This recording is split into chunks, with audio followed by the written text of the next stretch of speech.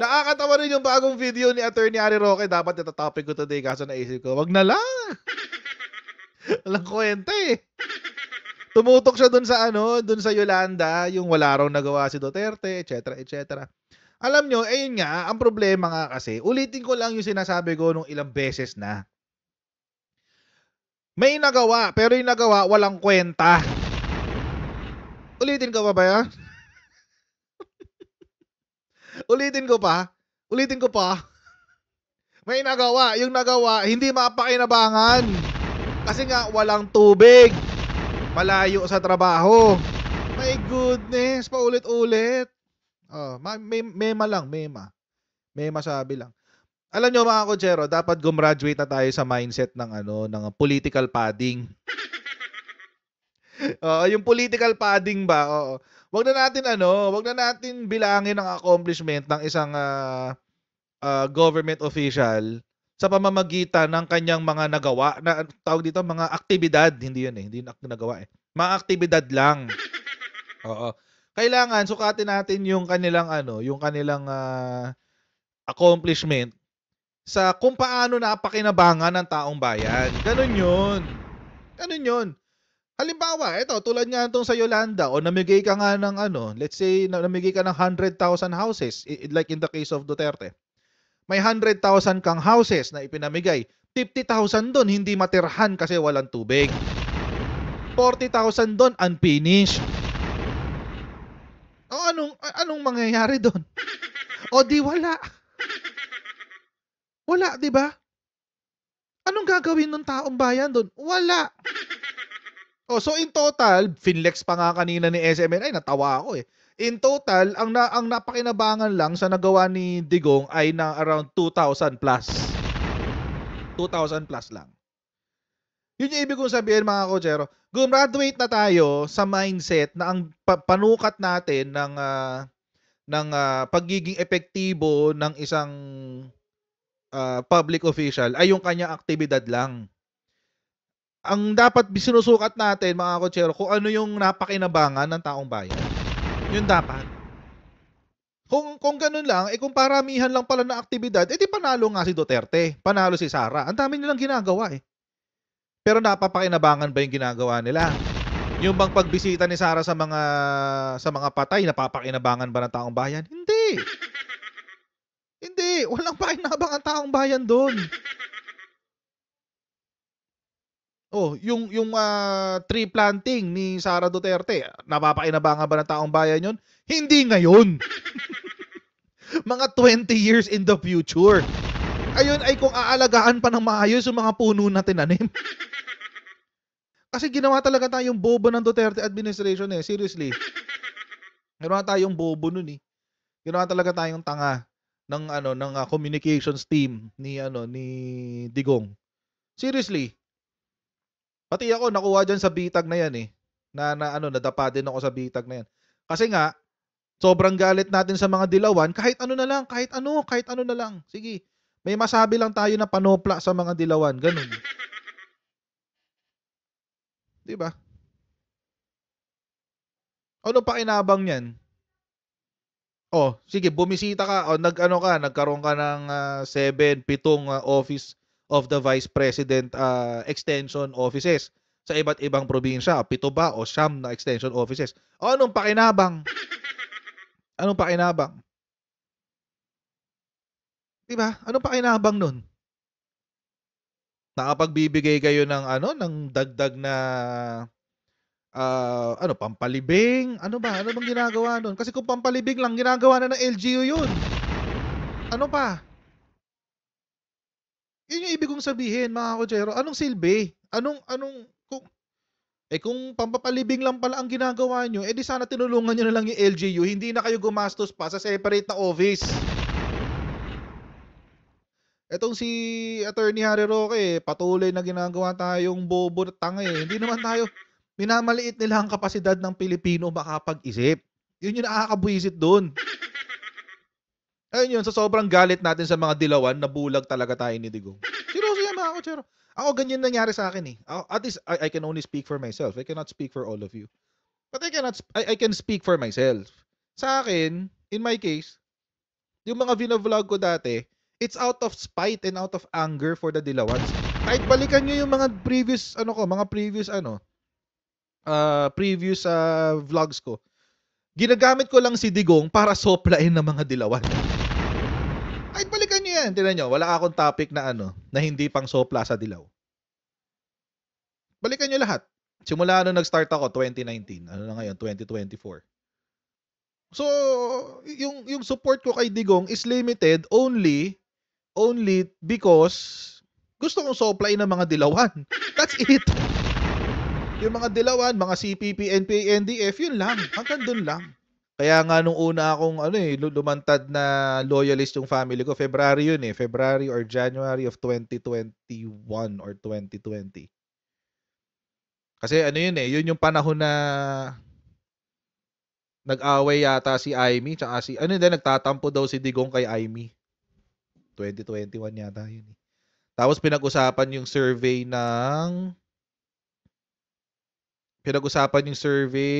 na tungkol din dyan. Doon ako unang lumabas na loyalist. Ang dami nagulat doon kasi karamihan ng audience ko puro DDS. So, nagulat sila. Loyalist ka pala. Ganyan. Itong sinasabi ni Harry Roque tungkol dyan sa Yolanda. It's not addressing the question. Ang question is, may napakinabangan ba? Kasi yun yung tanong sa kanya eh. Ano na yung development? Ayun yung tanong kay PBBM. Ano na yung development doon sa Yolanda? Ano yung development doon? Kung titignan mo talaga, if you will really look at it objectively, walang masyadong development. Lalo sa housing. Kung titignan mo objectively. Kasi nga, out of the 166,000 or 200,000 na naipamigay na, 40,000 something kay Panot Aquino. So, ibawas nyo na yun. Tapos, 50,000 something, walang tubig, hindi matirhan.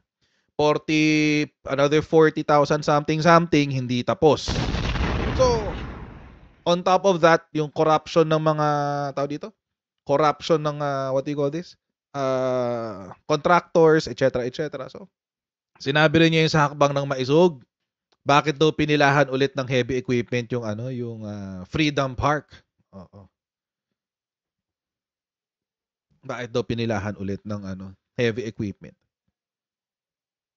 Natawa lang ako nung sinabi niya yon kasi una, if you really want to use it bilang pambato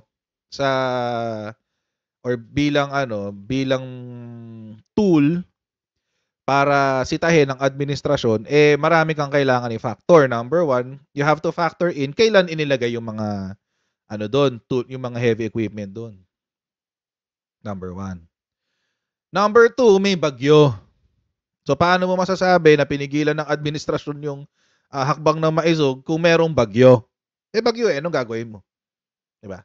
Pangatlo, kung gusto nyo talagang magkaroon ng rally doon, kahit may heavy equipment, tutuloy kayo. Because it's a Freedom Park. Kahit may heavy equipment doon, tutuloy kayo. Kung gusto nyo talaga ituloy. Tuloy nyo. Sa gitna kayo ng mga truck. Diba? Tuloy nyo. Ba't di nyo tinuloy? Ang babaw naman pala. Ang labnaw naman pala ng commitment nyo sa hakbang na may ito. Kahit bumabagyo, kahit merong nakalagay doon mga heavy equipment, ituloy nyo. Because it's a Freedom Park. Freedom Park naman yun. Wala namang huhuli sa inyo doon. Freedom Park yun eh. Doon kayo sa gitna ng mga heavy equipment. Kasi sabi nila, hinarangan doon ng heavy equipment yung area, etc. Cemented area lang naman yung nilagyan ng heavy equipment. Di doon kayo sa bakante. Hindi ba pwede yun? May pinaglalabang kayo eh. Lang yan. May balita pa ako, wala raw sa Pilipinas yung pinuno nila. Kahit tignan nyo yung kahit tignan nyo yung pictures ni Harry Roque, nasa Pilipinas ba siya? Wala siya sa Pilipinas. Tignan nyo, puntahan nyo yung Facebook ngayon ni Harry Roque, tignan nyo kung nasa Pilipinas siya. May nag-message sa akin. Ang sabi, nasa abroad daw yung maingay at nagpapa-check up.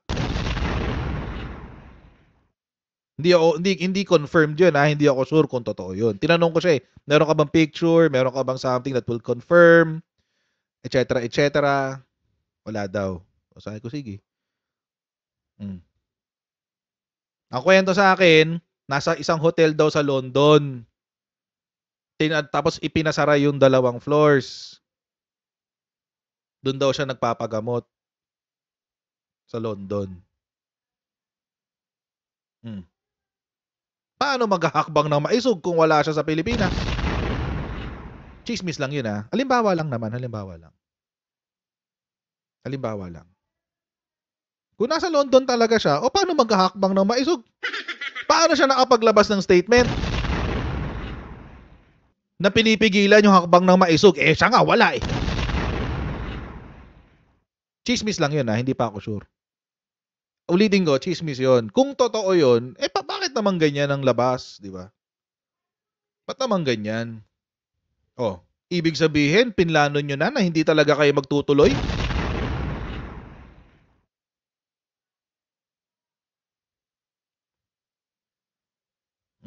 May message sa akin eh. Wait, basahin ko sa inyo kung sino yung nag-message. Kung sino yun. Siyempre di ko sasabihin kung sino. Sa akin lang yun. Friday pa lang, sinabi sa akin. Or baka Saturday sa Pilipinas. Kasi Saturday yung Bagyo eh. A friend who works in a hotel in London said they were advised na may darating na VIP. Then dumating si doon recently para magpa-check up. They occupied 2 floors. Ginawang hospital yung hotel. He was with his grandchildren. Nag-shopping pa raw ng mga Hermes. They were told to sign non-disclosure agreement pero nagkwento pa rin. Lol, I wish I can get more info.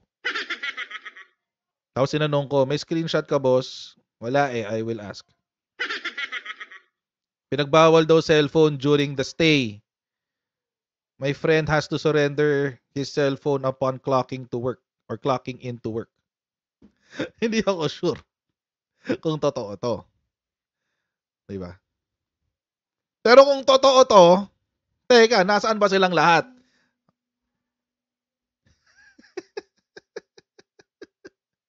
Nasaan ba silang lahat? Hindi ko alam eh. Nasaan ba? Nasaan ba si congressman? Nasaan? O baka grandchildren lang ngayon kasama? I don't know. Again, may nag-message lang sa akin. Hindi ko alam.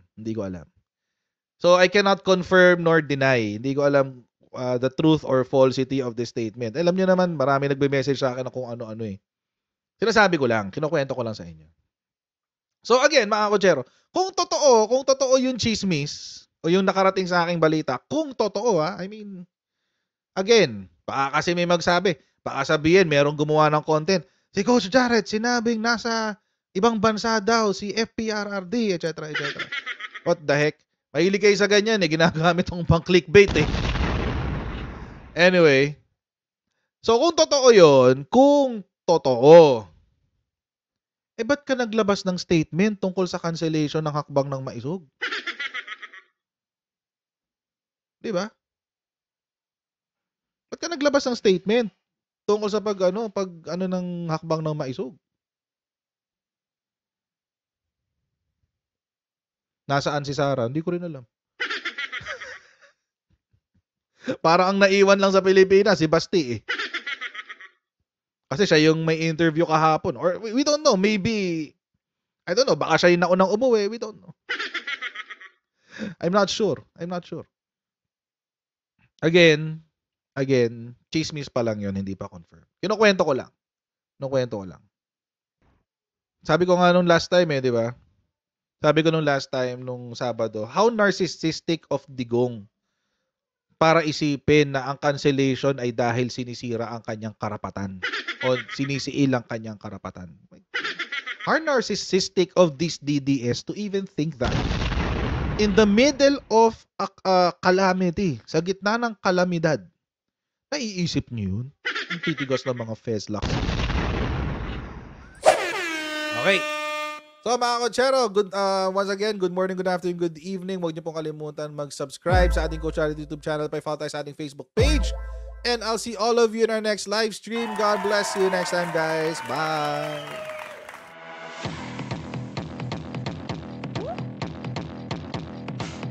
Pag ganun. Huwag natin gawing tanga mga Pilipino. Mas maganda kasi nasa lugar ka ng tama kaysa yung pinipilit mo yung pagkakamali.